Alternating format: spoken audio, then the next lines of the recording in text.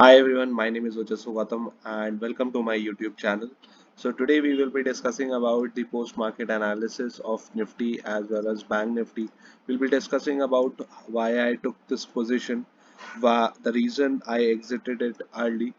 So please guys stay tuned and we'll be discussing that what were the key levels for today, and we will also be discussing the key levels for the next session.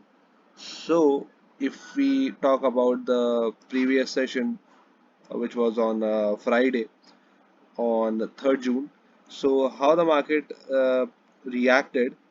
So, as we can see here, जो हमारी range थी जिसके अंदर market बहुत time से consolidate कर रहा था, so this was the consolidating level. Apart from this, these were the previous sessions. This was the high of the previous day. Previous day, that means Thursday का high था ये. This was the closing price here, and which means the market was very strong on Thursday. And this was the initial balance high, which could have been the turning point for the next session अगर market इसी range में रहता तो. And this was the low. But तो market was a big gap up. यहाँ पे बहुत ही बड़ा एक gap up open हुआ था.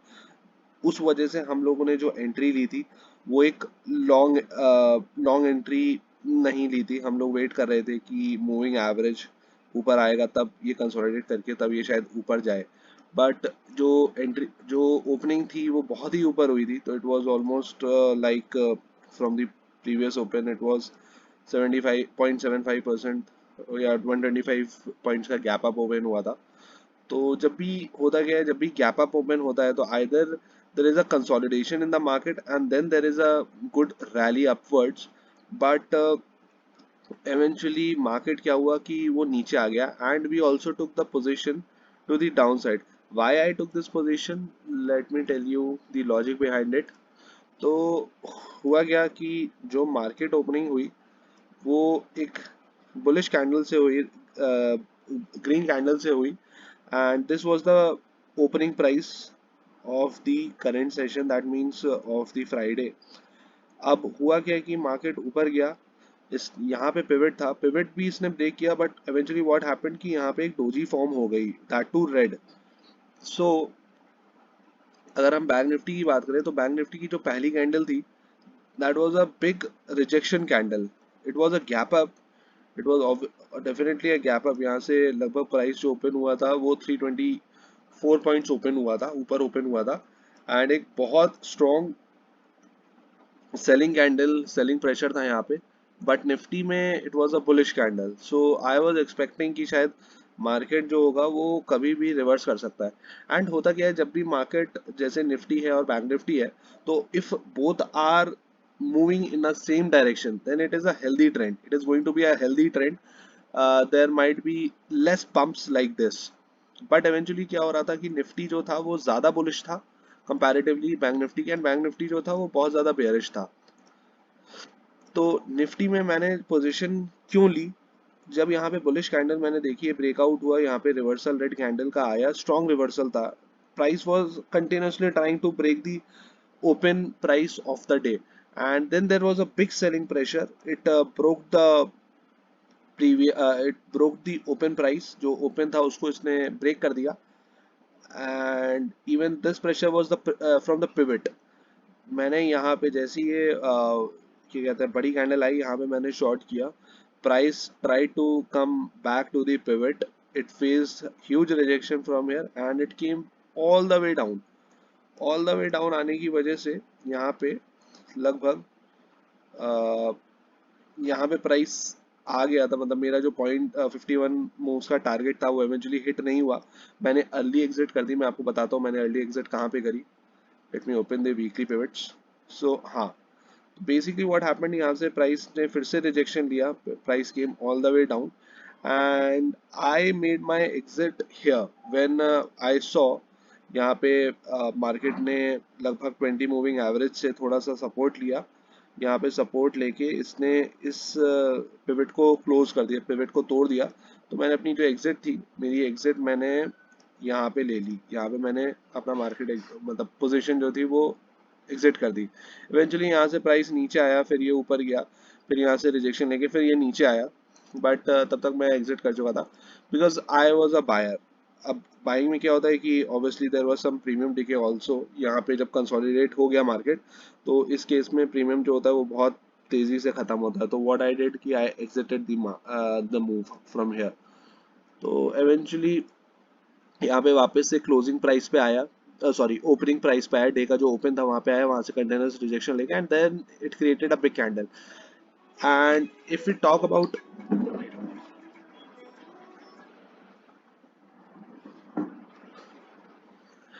सेकेंडली, अगर हम एक और चीज़ यहाँ पे नोटिस करेंगे तो दूसरी चीज़ हमें जो नोटिस करने को है वो यहाँ पे ये मिलेगी कि मार्केट एक हेल्दी डाउन ट्रेंड के बाद एक छोटा सा, सॉरी, एक हेल्दी डाउन ट्रेंड के बाद यहाँ पे एक बेयर फ्लैग था जिसमें एक ब्रेकआउट आया and eventually price fold beneath it. यहाँ पे इसने पिवट को तोड़ा स्ट्रॉन्ग कैंडल से। तो this was also again a shorting opportunity.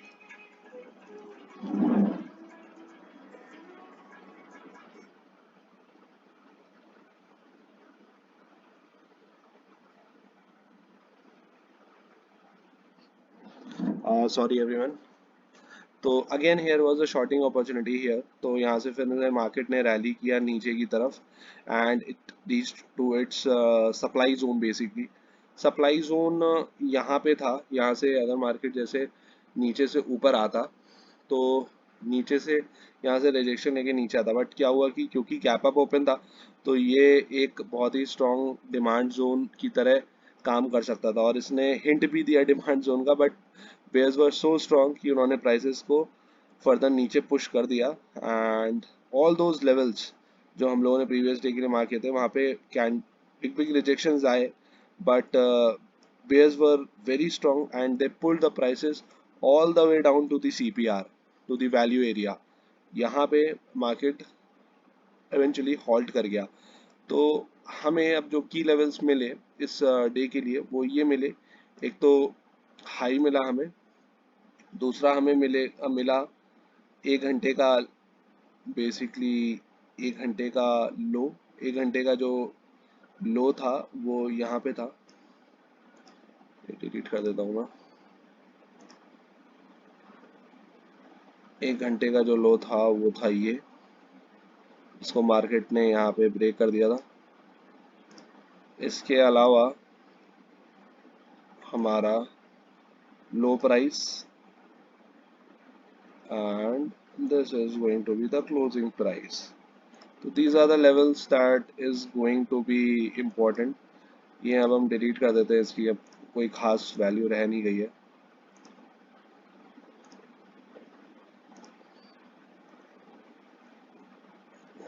By the way market वापस से इसी रेंज में आ गया तो इवेंचुअली ये वाला जो लेवल्स है ये फिर से इम्पोर्टेंट लेवल प्ले करेंगे तो हम इसको रिमूव नहीं करते हैं, सो वापस से ले आते हैं।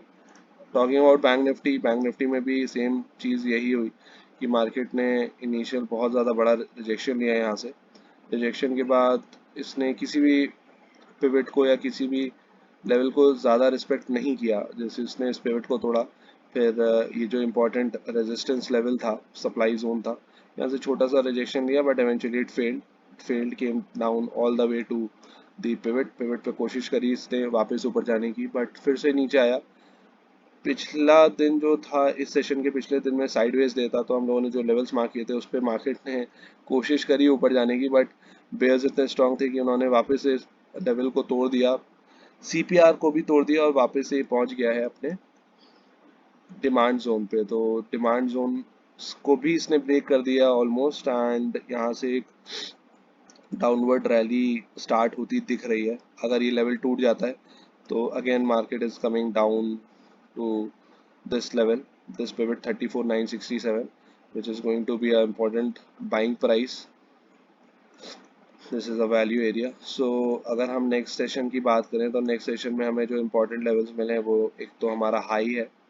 हाई बहुत ही ऊपर है तो बहुत ज़्यादा वैल्यूज की है नहीं, but this is going to be a very strong resistance in the future if price comes back to this level. बाकी अगर हम और एरियाज की बात करें तो this was the initial balance which was breached. बाकी This is the low price, this is the closing price here. So these are some important levels, बाकी सारे important levels हम delete कर देते हैं.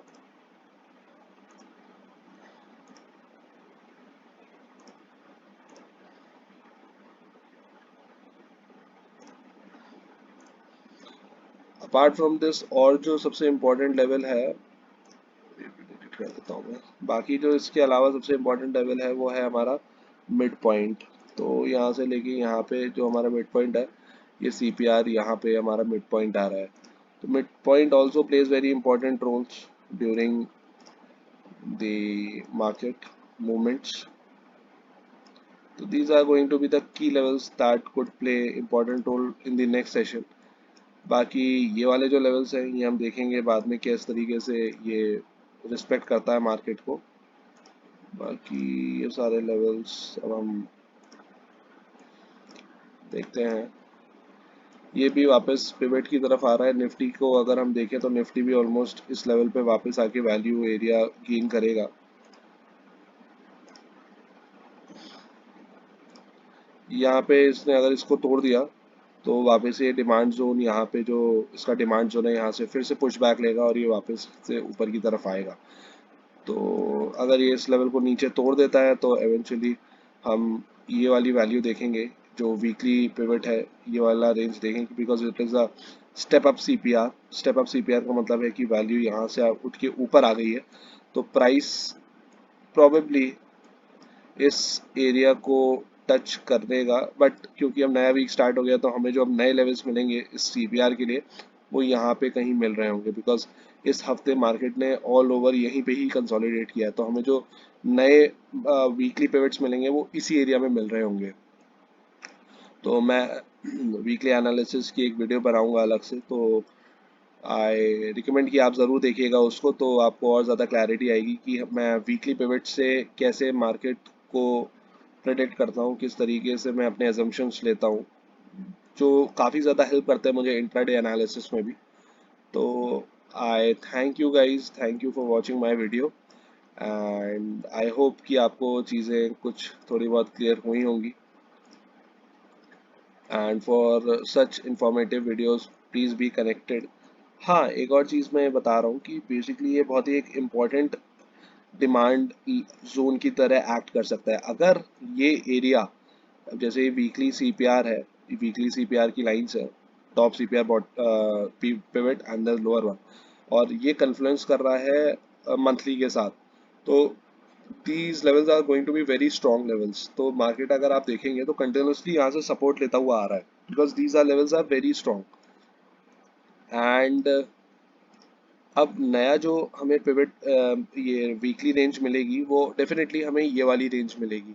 तो अगर मार्केट पिवट से रिजेक्शन लेता है तो this would be going to be very choppy zone. मतलब बहुत ही एक कंसोलिडेशन जोन की तरह एक्ट कर सकता है. बाकी अगर इस लेवल को ही नीचे ब्रीच कर देता है तो definitely will be going to see a bear market again. Same goes with Nifty. Nifty में भी यहाँ तक हम मूवमेंट देख सकते हैं. बाकी इसने अगर इसको तोड़ा तो again will be touching some important levels like 1500, 1400, even 1400 also. So thank you very much guys and thank you for watching my video. Please like, comment, subscribe and अगर कोई चीज़ इस पे मुझे और ज़्यादा improve करनी है तो मुझे definitely बताइए. Thank you so much. Thank you. Good night.